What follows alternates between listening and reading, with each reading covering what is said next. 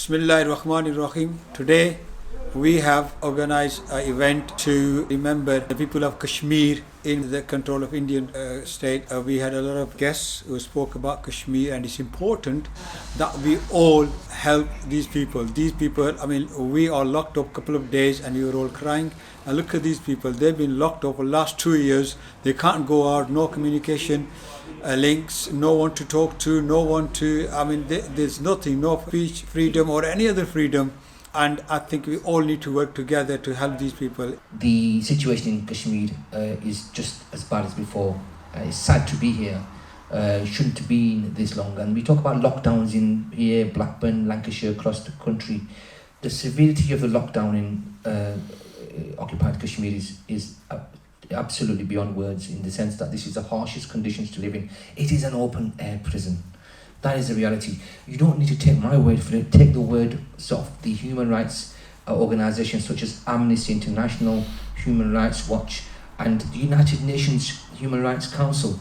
The reports commissioned in June 2018 and then July 2019 exposed the grave situation, what's happening in Kashmir, in particularly Indian controlled Kashmir. And that's a really important message, because the United Nations, a great institution as the United Nations, isn't doing its job properly. It's actually failing the Kashmiri people. You can't pick and choose human rights. You can't have a huge kind of comments and lots of media coverage on what's happening in Hong Kong, although that's important as well, but then ignore other parts of the world. So I think it's a tragedy. It's a shocking, and I only have to say how brave and amazing the Kashmiri people have been. 70 years have passed, but the cause is still strong, and we are here today. And if you think you coming here today doesn't make a difference, let me remind you my conversation that I had with somebody from Srinagar only a few weeks ago. He said, Lord Khan, when you campaign in Blackburn, you come attend these events and you go on your media and talk about all these webinars and Zooms, it makes a difference, because we're watching very closely what's happening in this part of the world, and what we see is hope. You give us hope, you give us that strength, and you give us that inspiration to keep going. Let me just be clear, what's happening in that side of Kashmir is mass rape. Unfortunately, it's happened. The Peshawar historically, people have lost their lives. You've got the most militarized zone in the world. Something bizarre, like for every one Kashmiri, there's 20 Kashmiri people, there's one military personnel, if not more. And that is really shocking. What kind of life do you have? And then the worst controversial side to this existence in Kashmir is this Armed Forces Special Powers Act and the Public Safety Act. This is legislation. It's designed to protect the Indian military. And so if you look at the historical facts, there's never been one person that's been convicted of human rights abuses or any crimes against humanity, because that legislation gives them immunity. What a sad state of affairs. And then you, of course, here in Blackburn, there's a lot of Indian Gujarati community, and you know better than anybody what the butcher of Gujarat stands for, what his record is in Gujarat, and what his ideology is. And the ideology is clear. It's inspired by Hindutva, RSS, a fascist ideology, which basically means we want one particular part of India where we don't want no Dalits, no Christians, no Muslims. That's what the RSS BJP inspired vision is, and that's really dangerous for the world. And if you think it's got nothing to do with us, it's over there between India and Pakistan, they should sort out. It has. Because it's not just India and Pakistan, it's China as well. These are 3 nuclear armed countries, and that could be a catastrophic for everyone here, your children, your brothers and sisters, your family here in Blackburn. We all have a stake in it, because this is all about humanity. It's all about saying human blood, human life is important, it's sacred, and we need to make sure that they are given the basic fundamental rights. So what are them basic fundamental rights? Choose who you are governed by and how you are governed. And of course, stop killing us. Let us breathe. Let our children have a future. Stop blinding them with pellet guns.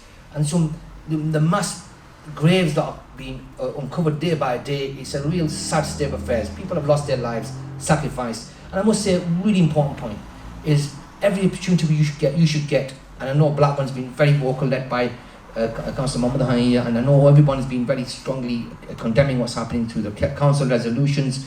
I also see you at councils, conferences, and I want to say something to you clear. Those that are people that are going to go to a particular political conference, let me be rest assured, we now have got movements within parties, like Labour Friends of Kashmir. It was something I co-founded with somebody from Birmingham. I urge you all to get involved. We were having a session at Labour Party conference, talking particularly making sure leadership listens and listens strongly to the concerns of what the violations are taking place in Kashmir. I don't want to say too many words because a lot of good quality speakers. Always a great pleasure to share the platform amongst colleagues here. Phil Riley, Sir Shanaz, and Councillor Mohammed Aran and Councillor Mohammed Akhtar. I just want to say a last message to you. International law is being violated. United Nations resolutions are being ignored. And the 4th Geneva Convention is being contravened. It's illegal. You don't need a lawyer here to talk about what India is committing. And Indian government, and I have a lot of respect and love for people, brothers and sisters across India. I speak to them regularly. But the Indian government is taking India to, as a country, is lowering its standing in the world. It's now becoming a farce in the way they are governing their country. Citizenship Amendment Act, Article 370, Revocation 35A. You know it all. I don't need to spell it out for you. It's a travesty. We've got to keep fighting. I'm sure we've all been caught moaning about lockdown and the disadvantages it gives to us all. I would just ask you to think of people of Kashmir, where we're talking about Zoom and FaceTime and ways of communicating. They have had every line of communication cut from them. Now, when Modi revoked Article 370, he said it was, to protect people. Well, it wasn't. It was to close them down completely. It was a deliberate act to curtail people's freedoms. It was a deliberate act to change any future outcome of a referendum. And Mohammed spoke about Hindus buying certificates to be domiciled in Kashmir. Now, over the last 18 months, I've attended a number of meetings with people with an interest in Kashmir from England and internationally. Now, it's wrong to assume you've got to be from Kashmir to have a sympathy or an understanding of what's happening there. Some of the horror stories I've heard would break your heart, and people in Blackburn, we just could not imagine living like this. 600,000 soldiers on your doorstep, women been raped, people been shot, no rights whatsoever. Now, who could imagine that? It's absolutely appalling. Now, in opposition, it's frustrating, and understand the frustrations that I'm sure I'll get later here tonight. In opposition, it's difficult. The government calls the tune on the businesses that are to be discussed. And the government, as I'm sure you know, on a number of issues, pays lip service to concerns from people. Unfortunately, the pandemic has not slowed down the reports that we, as a Kashmiri all-party parliamentary group, are receiving on violations on human rights. And I brought some words along just so I'm absolutely clear what this minister said. We called a Westminster Hall debate to try and get some answers on what was actually happening in Kashmir. And the minister said quite categorically, it's not for the UK government to dictate to another country on the rules that they apply. Well, can I tell you, violations of human rights is not an internal matter for any country. It's a concern right across the world. And if the government doesn't take that seriously, then they've got to consider we've got two countries with nuclear capability, and that's got to be a concern for world peace going forward. Mohammed spoke about the Charter, and that was important. And I've got another quote, and it was from President Truman. And he was saying if this Charter would have been in place, millions of lives would have been saved. If this Charter was not adhered to, millions of people living now would lose their lives. And it was up to the human race to make sure that Charter was implemented. Sadly, it's not, and the misery continues. I'll just find a bit of the questions we asked the government. We asked the government what they were taking to uphold human rights in Kashmir, particularly in light of the events in 2019. We asked what meetings the government had with human rights organisations about the situation in Kashmir. Does the government give support to the International People's Tribunal and Human Rights and Justice in Kashmir, which seeks to address the human rights situation following the events of 5th of August 2019? Does the government have any plans to send their own delegation to Kashmir to assess the human rights situation and report back to our Parliament? And finally, will the government commit to doing all they can to support and work with, wherever helpful and necessary, representatives from India, Pakistan and Kashmir, including all 5 nations, to deliver justice, peace and resolution to that terrible conflict? I've got to say the response was unimpressionable. Now, you've got a certain code of the language you use in Parliament, and it was stretched to the limits that day. I'm sure you'll have noticed one of my colleagues said that Boris Johnson was a liar and she was kicked out of the chamber, so you've got to be careful. His response: the situation in Kashmir undoubtedly elicits strong feelings and is of great concern to the government. The Minister of State for South Asia and the Commonwealth, Lord Ahmed of Wimbledon, regularly discusses Kashmir with representatives of the government of India and Pakistan. Turning to Kashmir, he stressed that the government's policy remains stable, at which point we all sort of laughed because it's not, and it's unchanged. He continues to believe that it is for India and Pakistan to find a lasting political resolution to the situation, one that takes into account the wishes of the Kashmiri people, and it is not appropriate for the UK government to prescribe a solution or act as a mediator in this regard. It is incumbent on all governments to ensure that domestic laws are in line with international standards. He confirmed that the Prime Minister had spoken to Modi and Prime Minister Khan in Pakistan about the importance of keeping channels of communication open and reducing regional tensions. He went on to say the people of Kashmir deserve the opportunity to thrive and succeed.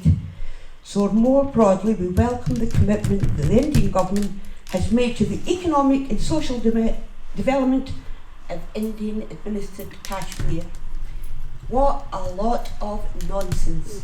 It's totally ignoring the injustices and the sufferings in Kashmir. Now, currently, and I said earlier, currently as a member of the opposition, it's frustrating. Putting it politely, it's frustrating that you cannot get real debate on such important issues. So to overcome that, we have the all-parliamentary group, specifically for Kashmir. You've attended a number of conferences, which have been very good, over Zoom. And the result of those meetings over the last 6 months, we've come to the conclusion the inquiry will focus on, and it's in line with the debate tonight on COVID, the impact of the COVID impact across Kashmir, with a focus on health, healthcare, humanitarian impacts. And we intend to collect evidence from organisations right across the world on reports that have been conducted in Kashmir and censored. We intend to collect that evidence, and where appropriate we'll call witnesses to Parliament to answer questions and to discuss their findings. On the healthcare, we've asked about access to oxygen, ventilators and hospital beds, because we know that has been a real problem in the area. We want the social and economic impacts, for example, unemployment. And we want the communication barriers, because it's interesting that political leaders and local activists right across all communities use things such as WhatsApp and Instagram and Snapchat or whatever else to get the message across unchallenged. But we know that in Kashmir, if you use such media, you can actually be arrested and charged with terrorism. It's disgraceful that the world allows misinformation, and Mr. Trump was the king of it, to go unchallenged, but when people are trying to get the truth out, they're the ones that are being threatened with being arrested. We're also, to get it through Parliament, we're also looking at the broader human rights issues in Kashmir pre-2020 and subsequently.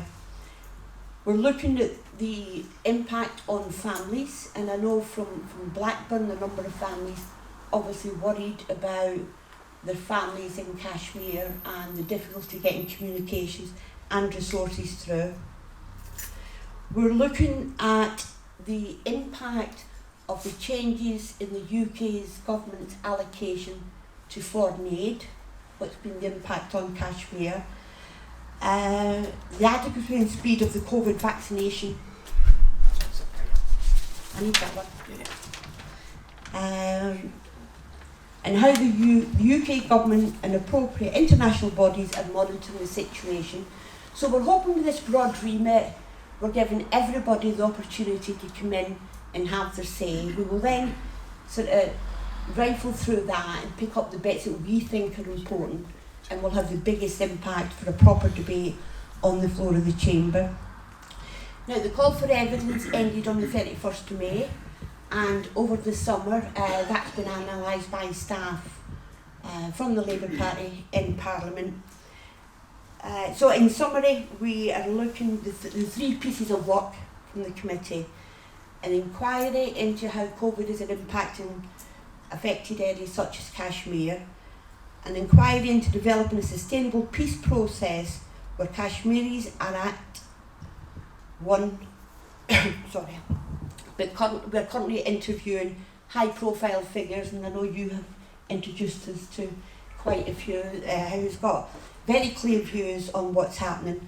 But mainly because we know we're struggling with our internal UK government, we're looking wider at international governments.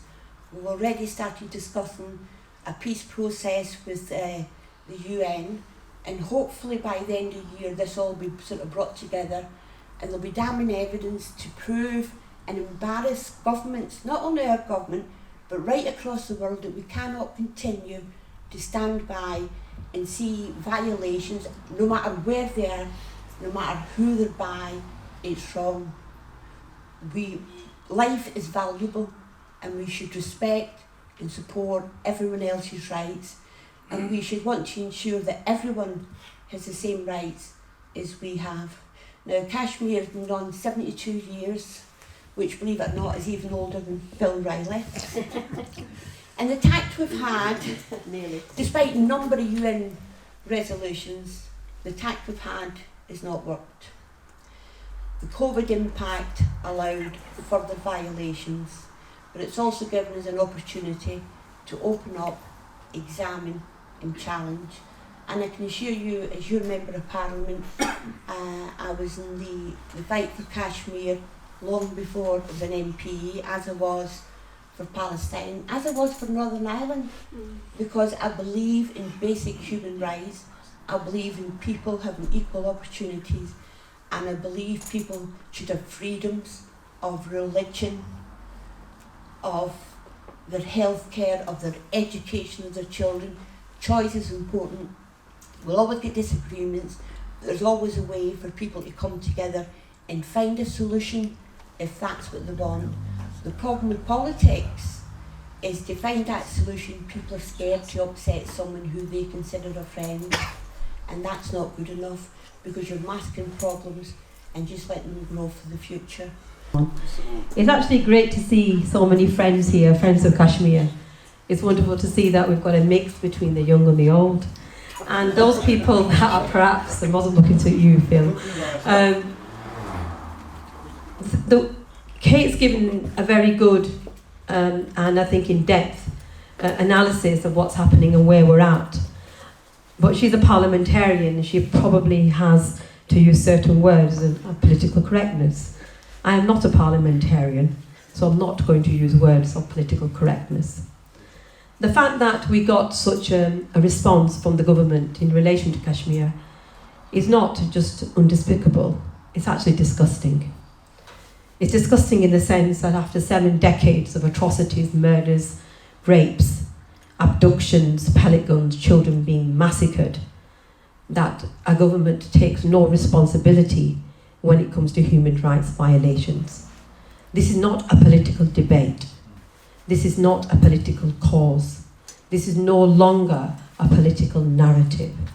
These are issues that we need to talk about, and Kate has done, just as many other parliamentarians have done. These people like Kate and other parliamentarians, are not just friends of Kashmir. You are advocates of Kashmir. You are ambassadors of Kashmir. And we need people like Kate, your member of parliament, and I've just come from an event in Burnley, to continue to play that role. And the reason why we say that is whether you are in opposition or whether you're in government. When it comes to the politics and the power within these political corridors, voices need to be heard, and they need to be heard very strongly. Not just from Kashmiris, not just from Pakistanis, not just from Indians, not just from Muslims, but across the globe, from all castes, from all religions.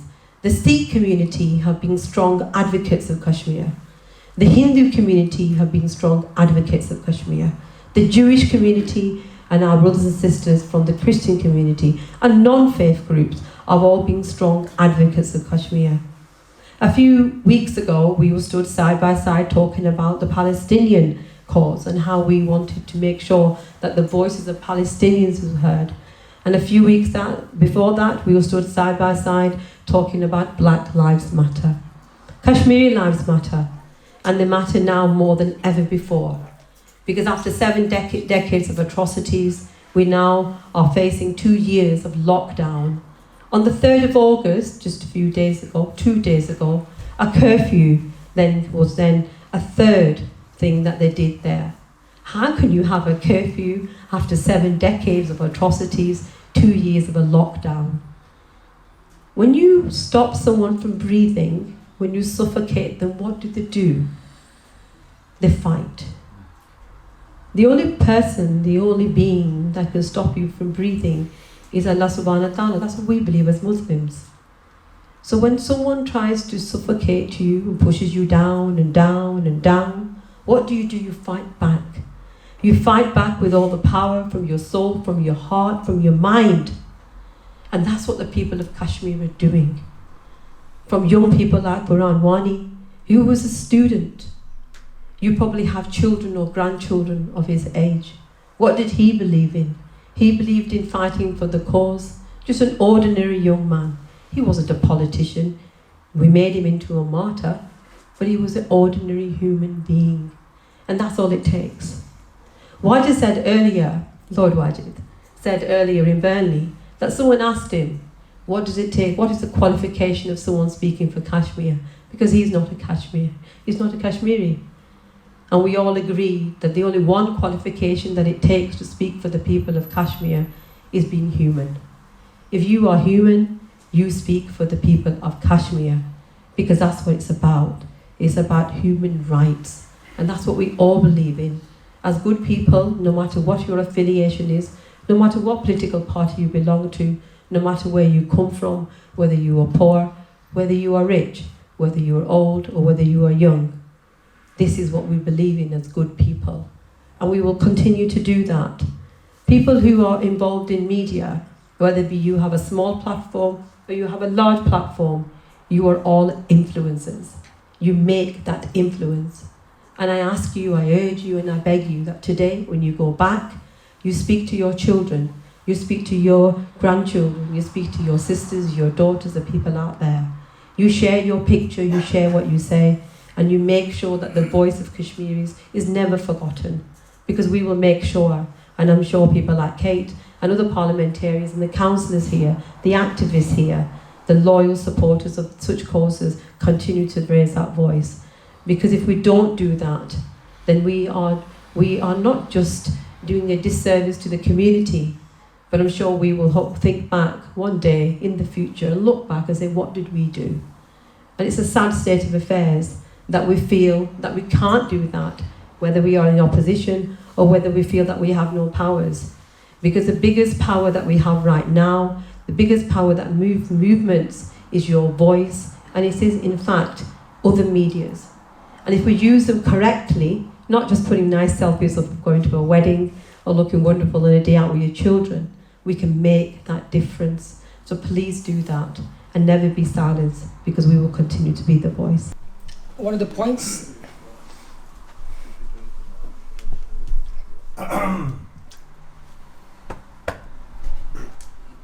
as a Kashmiri, just like to make one point. Article 35A, the scrapping of Article 35A, what that means. It means ethnic cleansing. That is what it means. Since 2019, the Indian state has given domicile status to over 3 million people, of whom the vast majority are Hindus. 3 million people have been given domicile status in Kashmir, Jammu Kashmir. It has a population of approximately 13 million. It doesn't take much to work out what their agenda is. This is ethnic cleansing. The world can sit idly by and worry about everything else, but the people of Kashmir matter. Just like Shanaz has eloquently said, every human life matters, and Kashmiri lives matter. This is not about politics, it's been stated over and over again. This is about humanity. So just ponder on that. 3 million people have been given domicile status since 2019 by the Indian state. And they are sat there telling us this is for the economic progress of Kashmir. It certainly isn't. This is about the removal, the displacement, and the extermination. And I use these words very carefully. We've been here before. I'm Councillor Phil Riley. I'm Deputy Leader of Blackburn Council. I'm also, as it happens, a long-standing friend of the Kashmiri Association in Blackburn, and it absolutely grieves me to be here to talk about the appalling conditions that people in Kashmir are having to put up with, have been now for 2 years. The world has to take notice, really, of just major infringements, violations of human rights, and we have to keep on campaigning to get the world to notice that, and then we can start to talk about, eventually, the story of Kashmir itself, the United Nations resolutions that have been ignored, the right to self-determination. But the first thing is that the current state of lockdown, of violations of human rights, has to stop. The Kashmiris continue to live under occupation without the basic necessities that every human person ought to have. Human rights remains in contention and a massive issue within Kashmir. What people need to do here in the United Kingdom is work with people who have been on ground, organisations like Amnesty International and other human rights organisations. This is not a matter where we need to include or involve party politics. Cross-party efforts need to be made. People from all walks of life need to speak up for the people of Kashmir. This is not a matter of religion, this is not a matter of politics, this is a matter of human rights and human life. It is important that people from all areas, from all parties, cross parties, that we come forward and we speak about the plight of the Kashmiris. It's important that those countries that have been involved in the past in the dispute between Pakistan and India in respect of Kashmir, them same countries come forward and support conversation, dialogue, and then subsequently action. Hello and good afternoon. My name is Councillor Kessa Mahmood. I'm Deputy Leader of Blackburn Redon Borough Council. I've been a councillor in Blackburn since 2015. Today we're here at the Kashmiri Association in Blackburn to mark 2 years since the lockdown in Kashmir. And it's a black day that we are marking, not just for the last 2 years, but the last 7 decades, where Kashmiris have had to live in appalling conditions, have had their basic human rights violated, had all their rights taken away from them, and in the last 2 years the whole situation has become an open-air prison. The whole world, who talk about basic human rights and are the champions of human rights, is extremely quiet. And it's our job as humans to raise our voice and be the voice of the Kashmiri people who don't have a voice currently, who are cut off from media, who are cut off from internet, who are cut off from all forms of communication. So we here at the Kashmiri Association, we have parliamentarians, we have House of Lords representatives, local politicians and representatives of the Kashmiri community here to show solidarity and keep being that voice of the Kashmiri people, and we will continue to actually lobby and be that voice of the Kashmiri people until this whole situation is resolved and the Kashmiri people are given their right of self-determination.